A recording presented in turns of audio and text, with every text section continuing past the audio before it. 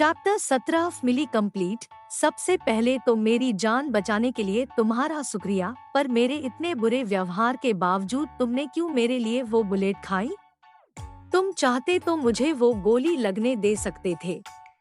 आखिर में उसका हकदार था। विजय एकदम शांत आवाज के साथ ओम से पूछता है। सभी लोग हॉल में सोफे पर बैठे थे। विजय अकेला सबके सामने एक सोफे पर बैठा था और उसी के सामने शारदा ओम का हाथ थामे सोफे पर रिया और सौम्या के साथ बैठी थी। सभी लोग शांति से विजय की बात सुन रहे थे और उसका यह सवाल सुन सभी ओम को देखते हैं। ओम दुखी मुस्कुराहट करते हुए शांति से कहता है, अंकल मुझे फर्क नहीं पड़ता कि आपने मुझे अब तक क्या क्या बोला। मैंने कभी आपको पराया नहीं माना। हाँ, मैं चाहता तो आपको मरने दे सकता था, पर मैंने पहले ही बहुत कुछ खो दिया है अंकल। मोम डैड, मेरा बचपन और बहुत से खुशियों के पल, मैं अब आपको नहीं खोना चाहता। आप मुझे कुछ भी समझे, मेरे बारे में किसी को कुछ भी कहे, मुझे फर्क नहीं पड़ता, पर सिर्फ ऐसी कुछ बातों के लिए मैं आपको मरने तो नहीं दे सकता ना। शारदा ओम को देखते हुए ममता के भाव से मुस्कुराती है। उसे दिल से ओम पर नाज था। विजय उदासी के साथ नीचे देखते हुए पूछता है, क्या तुम मुझे अपने साथ अब तक जो भी हुआ उसका गुनहगार मानते हो? जो भी हो सच बताना। ओम उदासी भरी निगाहें अपने चाचा पर टिकाते हुए गम के साथ बोलता है, काश मान पता, लेकिन नहीं, बिल्कुल नहीं अंकल। वो मेरी किस्मत थी जो मेरे साथ हुआ। आपको नहीं ले जाना था, मुझे अपने साथ नहीं ले गए। मैं समझ सकता हूँ आप नफरत करते थे पापा से, पर एक सवाल मैं भी पूछना चाहता हूँ कि अगर जो मेरे साथ हुआ अगर आपके बच्चों के साथ होता तो क्या होता? विजय इतना सुनते ही अंदर से डर जाता है। उसके चेहरे पर पसीना आने लगा था। उसके चेहरे पर घबराहट साफ साफ दिखाई दे रही थी। फिर उसे अचानक से कुछ एहसास होता है और वो मुस्कुराते हुए जवाब देता है, मैं बेफिक्र होता अगर ये मेरे बच्चों के साथ हुआ होता तो। ओम पूछता है, क्यों अंकल, ऐसा क्यों? विजय उसी मधुर मुस्कुराहट को बरकरार रखकर जवाब देते हुए कहता है, क्योंकि अगर मैं तुम्हारे पापा के जगह होता तो मुझे आंख बंद करके भरोसा होता कि वो थोड़ा हिचकिचाता है। तुम्हारे पापा कभी मेरे बच्चों को मेरी तरह छोड़कर नहीं जाते और ना ही तुम्हारी माँ। वो अपना सब बेच देता मेरे बच्चों को पालने के लिए, पर वो मेरे अब उसे अपनी गलती का इतना पछतावा होता है कि वो रो ही पड़ता है। बच्चों को अकेला नहीं रहने देता। वो अपने बच्चे से ज्यादा मेरे बच्चों की ज्यादा परवाह करते, दोनों के दोनों। जो तुमने जो कुछ भी सहा होगा वो मेरे बच्चे कभी नहीं सहते, क्योंकि मैं उससे जितनी भी नफरत करता मुझे हमेशा ही बदले में बेसुमार प्यार ही मिलता। ओम विजय के मुंह से ये सब सुनकर उसकी भी आंखों में आंसू आ जाते हैं। क्या आप सोच सकते हैं कि अगर मेरे पापा न होते और आप रिया और सौम्या पे ऐसी मुसीबतें आन पड़ी होती तो क्या होता? हम विजय की आंखें बड़ी हो जाती है। वो मानो वो वही मंजर देख रहा हो। वो वापस से घबरा जाता है और जल्दी डर के साथ बोल उठता है, नहीं नहीं, मैं नहीं सोच सकता। विजय को खुद पर घिन आ रही थी। उसे अपनी गलतियों का एहसास था कि वो खुद कितना निर्दयी है। मुझे माफ कर दो ओम, मैं तुम्हारे पापा से उस कदर नाराज था कि मैं बस उससे आगे निकलने के बारे में ही सोचता रहता था। मैंने उसकी लाइफ बर्बाद की, उन्हें गरीबी में जीने के लिए मजबूर कर दिया था। मैं बस चाहता था कि मैं उससे आगे निकलूं। इसके लिए मैंने बिना सोचे समझे जो बन सकता किया, पर फिर भी उसे उस लेब में काम मिला और वो लोग वापस अमीरी का स्टेटस पाने लगे थे, जो मुझसे देखा नहीं गया। पर जब मुझे उनकी खबर मिली मैं और ज्यादा गुस्सा हो गया, पर जब उस दिन तुमसे मिला मुझे तुम में उनकी छवि दिखी और उसकी नफरत का मुझ पर भूत इस तरह चढ़ गया कि एक बच्चे की मासूमियत तक को मेरी आंखें ना देख पाई और मैं तुम्हें वही छोड़ आया उसी हालत में, बिना एक बार भी सोचे। माफ कर दो बेटा, मुझे प्लीज, मुझे माफ कर दो। मुझे खुद से घिन हो रही है। मेरी वजह से तुम उस गरीबी में जिए, मेरी वजह से तुम अनाथों की तरह जिए। तुम मुझे जो भी सजा दो मंजूर है, बस माफ कर दो मुझे, अब मौत भी मंजूर है उसके बाद।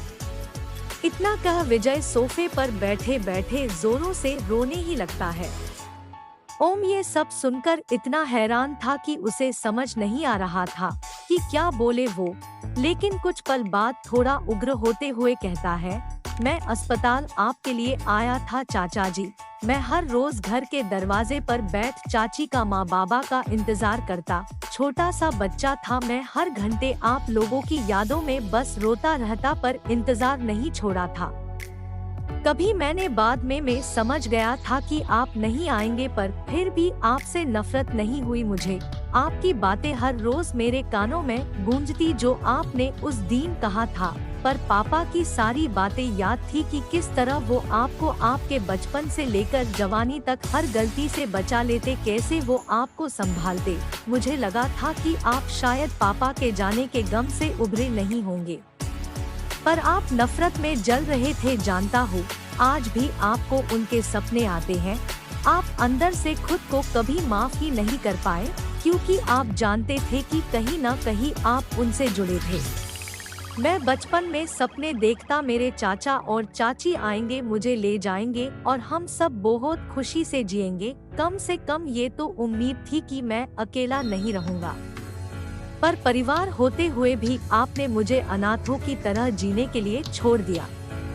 पर फिर भी मैंने कभी आपके आने की उम्मीद नहीं खोई, पर जब बड़ा हुआ तब समझ चुका था कि अब कोई नहीं आएगा। मुझे आपसे कभी भी कुछ नहीं चाहिए था, बस मैं चाहता था कि आप मुझसे बातें करें, बस मेरे दुख में मुझे हौसला दे, थोड़ा सा प्यार दे। उसके सिवाय शायद आप मुझे किसी कोने में भी रहने के लिए कहते, मैं रह जाता। पर आप आए ही नहीं, आज तक भी नहीं। इतने सालों बाद भी मैं सिर्फ कुछ चंद पल आपके साथ खुशी के बिताने आया था, पर आप आज भी नफरत के उन बादलों में कहीं खोए हुए हैं। आप अपने भतीजे को एक अच्छी नौकरी पाते हुए भी नहीं देख पाए। आप ही बताइए, अब ये सब सुनने के बाद मैं कैसे आपको दोषी न समझूं? विजय कुछ नहीं बोल पा रहा था, बस वो अपने पछतावे को लिए वही पड़ा हुआ था। रिया और सौम्या तो इन सारी बातों को सुन अपने आंखों में आंसू लिए कभी ओम की ओर तो कभी विजय की ओर देख रही थी। शारदा ओम को हौसला देना चाहती थी, पर उसने ओम को नहीं रोका, क्योंकि वो जानती थी कि ओम अपने अंदर कई दुख लिए बैठ है, वो भी इतने सालों से। उनका निकल जाना ही जरूरी था। वो सुनने के और रोने के अलावा कुछ और भी बस ओम की बालें नहीं कर सकती थी। ओम की अनकहे भी आंसुओं से भरी हुई थी। ओम अपनी बात आगे बढ़ते हुए कहता है, अंकल काश आप एक बार आ जाते यार, मैं अपनी जिंदगी की उम्मीद न खोता। मैं उस कदर उम्मीद खो चुका था कि वो जिंदगी मुझे सुसाइड करने तक ले गई। जिस दिन मैं उस दरिया में कूद पड़ा अपनी जान देने के लिए। इतना सुन सब ओम की तरफ चौंक कर देखने लगे। मुझे उस वक्त भी बस आप लोग ही दिख रहे थे। जब मैं नहीं मर पाया तो मेरी आंखें खुली और मैं सीधे आपके लिए यहाँ आया, पर शायद नहीं आना था मुझे, क्योंकि मेरे यह सिर्फ कुछ पल होने से भी आपका ईगो हर्ट होता है। इतना बोल ओम खड़ा होकर थोड़ा गुस्से से कहता है, माफ करना अंकल, मेरी वजह से आपको जो भी सहना पड़ा, माफ करना। मैं आपकी सुकून भरी जिंदगी में आया, लेकिन अब आपको ज्यादा तकलीफ नहीं देना चाहता। मैं चलता हूँ। आप बस रिया, सौम्या और चाची का ख्याल रखना। इतना कहकर ओम फिर घर से बाहर निकलने के लिए आगे बढ़ने लगता है। यह देख रिया और सौम्या रोते हुए कहते हैं, ओम भैया को रोक लो माँ प्लीज। शारदा विजय की ओर देखती है। विजय बस रोए जा रहा था। शारदा जानती थी अब ओम को विजय के अलावा कोई और नहीं रोक सकता था। तभी विजय रोते हुए शारदा को देखता है। वो अंदर से टूट गया था। वो रोते हुए ही बोलता है, मेरी एक गलती ने उसे आत्महत्या करने तक पहुंचा दिया। मैं खुद को नहीं माफ कर पा रहा शारदा। मैं उसके बगैर नहीं रह पाऊंगा अब। इस तरफ ओम रोते हुए अब आगे बढ़ा जा रहा था। वो घर का मुख्य दरवाजा खोलने ही वाला था कि उसे लगता है कि किसी ने उसके पैर कस के पकड़ लिए हो। वो रुक जाता है और अपने पैरों की ओर नीचे देखता है। वो हैरानी से आंसू भरी आंखों से देखता है कि विजय उसके पैर पकड़े नीचे बैठा था। ओम जल्दी ही विजय को उठाते हुए और रोते हुए कहता है, अंकल ये क्या कर रहे हैं आप? विजय बस रोते हुए ओम को पकड़ते हुए कहता है, मुझे माफ कर दो बेटा, मुझसे बुरा इंसान इस दुनिया में कोई नहीं है, प्लीज मुझे माफ कर दो बेटा। इतना कहा विजय वापस से जमीन पर बैठ ओम का पैर पकड़ लेता है। ओम अपने अंकल के पास बैठकर रोते हुए ही कहता है, कोई बात नहीं अंकल, पुरानी बातें भूल जाइए, मुझे एक नई जिंदगी मिली है, इसी तरह आज आपको भी एक नई जिंदगी मिली है। अपने पास्ट को भूलकर नई शुरुआत करते हैं। मैंने कभी आपको दोषी माना ही नहीं, पर फिर भी आपके दिल की तसल्ली के लिए मैंने आपको माफ किया। विजय रोते हुए ओम की ओर देखता है और उसके गले लग जाता है। फिर रोते हुए ही कहता है, मुझे सजा दो बेटा, कोई भी सजा दो, पर मुझे छोड़ के मत जाओ, मुझे माफ कर दो ओम, मेरे बच्चे। ओम भी अपने अंकल से गले लगकर रो पड़ता है। शारदा दोनों को शांत करते हुए कहती है, कोई बात नहीं जी, सुबह का भूला अगर शाम को वापस आए तो उसे भूला नहीं कहते। आप दोनों शांत हो जाए, आप दोनों ही अब एक नई और प्यार भरी शुरुआत के हकदार हैं। तो अब रोना बंद कर दीजिए। विजय फिर ओम से अलग होकर ओम के आंसू पोंछते हुए कहता है, मुझसे वादा करो तुम मुझे छोड़कर नहीं जाओगे। अपने इस चाचा को अपना पिता और काबिल पिता बनने का मौका दोगे।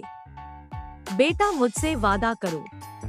ठीक है अंकल, वादा रहा, मैं आता रहूंगा अब से आप लोगों को मिलने। ओम भी अपने चाचा के आंसू पोंछते हुए कहता है, नहीं ओम, अब तुम मेरे बेटे हो, तुम अब यहीं हमारे साथ ही रहोगे। विजय ओम का चेहरा सहलाते हुए कहता है। ओम ये सुनकर विजय की ओर चौंकते हुए देखता रहता है। शारदा और रिया, सौम्या के चेहरे विजय के मुंह से ये बात सुन खुशी से खिल उठते हैं। लेकिन ओम हिचकिचाते हुए ओम बोलता है, पर अंकल। विजय उसे बीच में ही चुप करते हुए बोलता है, तुमने ही कहा ना पास्ट को भुला देते हैं, तो अब हम सब एक नई शुरुआत करते हैं, तुम्हारे सारे सपने पूरे करते हैं, तुम्हें यही रहना होगा, या तो तुम हमारे साथ ही रहोगे या फिर मैं नहीं रहूंगा।